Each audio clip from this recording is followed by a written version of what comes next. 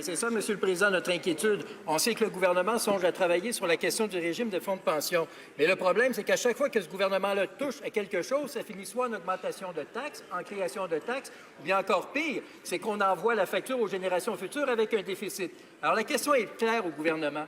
Est-ce que le gouvernement s'engage concernant les fonds de pension de ne pas toucher directement à nos PME, de ne pas alourdir la tâche de nos PME, de nos créateurs d'emplois, de nos créateurs de richesses? Parlementaire des Finances.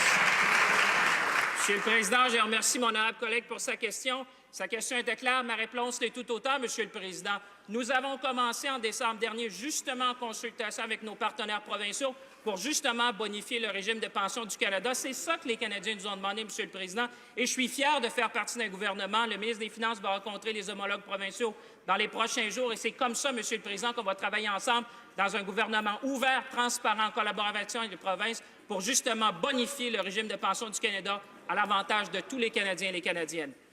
Député de Louis-Saint-Laurent. Monsieur le Président, autre promesse brisée de la part du Parti libéral. Et là, ça concerne les avions de chasse.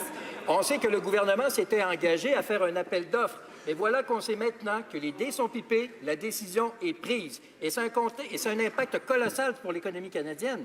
On parle de 800 millions de dollars de perdus et de 110 compagnies canadiennes qui risquent d'être mises à mal à cause de cette décision-là.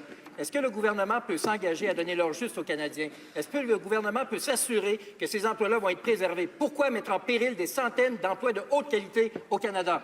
Honourable Minister of National Defence. Mr. Speaker, first of all, our government is committed to making sure that we replace our fighters, and we will do so. And any procurement that we do take place with our fighters will benefit Canada, and making sure that that our industry benefits as well. Thank you. Member for